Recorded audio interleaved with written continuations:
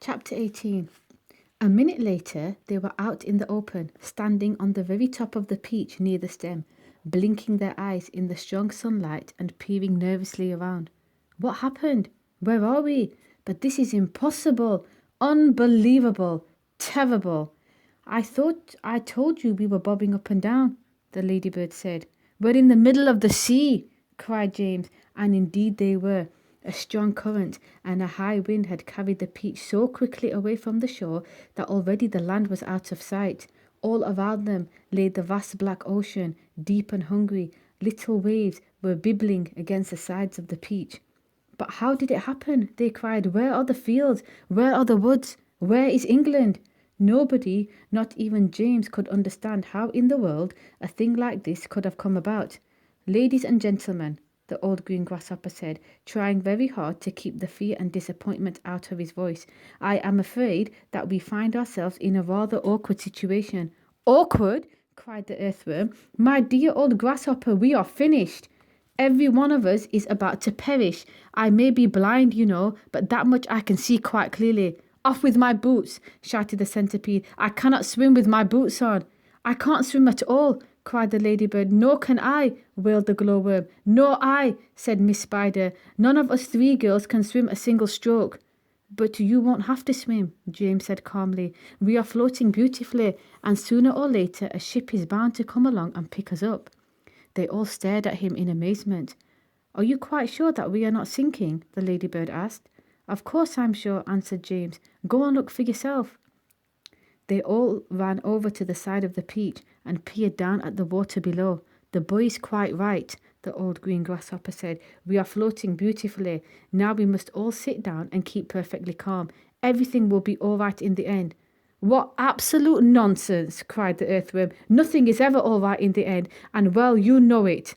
Poor earthworm, the ladybird said, whispering James's ear. He loves to make everything into a disaster. He hates to be happy. He is only happy when he is gloomy. Now, isn't that odd? But then I suppose just being an earthworm is enough to make a person pretty gloomy. Don't you agree?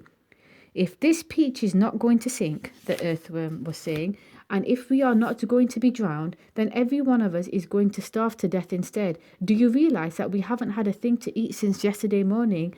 By golly, he's right, cried the centipede. For once, earthworm is right.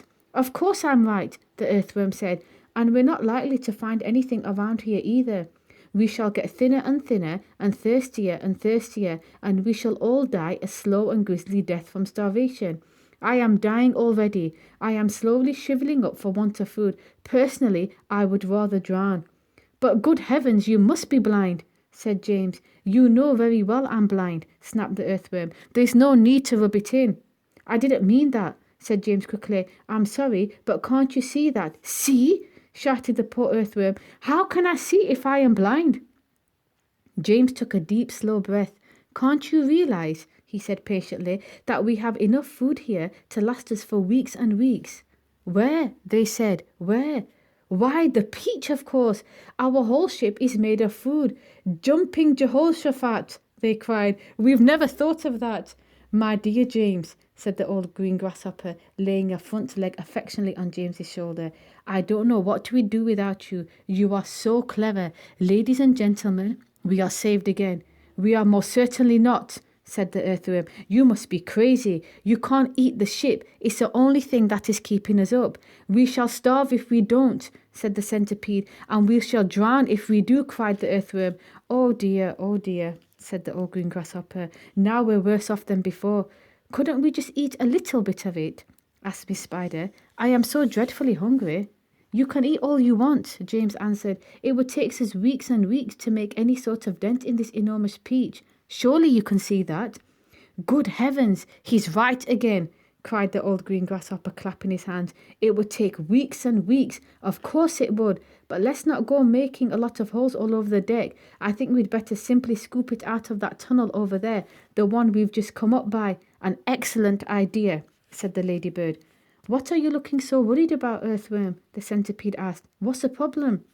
The problem is, the earthworm said, the problem is that there is no problem. Everyone burst out laughing. Cheer up, earthworm, they said. Come and eat. and they all went over to the tunnel entrance and began scooping out great chunks of juicy golden-coloured peach flesh. "Oh, marvellous!" said the centipede, stuffing it into his mouth. "Delicious!" said the old green grasshopper. "Just fabulous!" said the glowworm. "Oh my!" said the ladybird primly. "What a heavenly taste!" She looked up at James, and she smiled, and James smiled back at her. They sat down on the deck together, both of them chewing away happily. "You know, James," the ladybird said, "up until this moment, I have never in my life tasted anything except those tiny little green flies that live on rose bushes. They have a perfectly delightful flavour, but this peach is even better." "Isn't it glorious?" Miss Spider said, coming over to join them. "Personally, I'd always thought it was a big, juicy, caught-in-the-web bluebottle was the finest dinner in the world, until I tasted this." "What a flavour!" the centipede cried. "It's terrific. There's nothing like it. There never has been. And I should know because I personally have tasted all the finest foods in the world." Whereupon the centipede, with his mouth full of peach and with juice running down all over his chin, suddenly burst into song.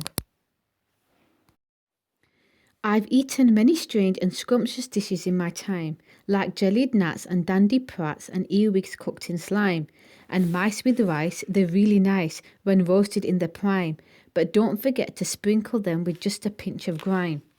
I've eaten fresh mud burgers by the greatest cooks there are, and scrambled dregs and stink bugs' eggs and hornets stewed in tar, and pails of snails and lizards' tails and beetles by the jar. A beetle is improved by just a splash of vinegar.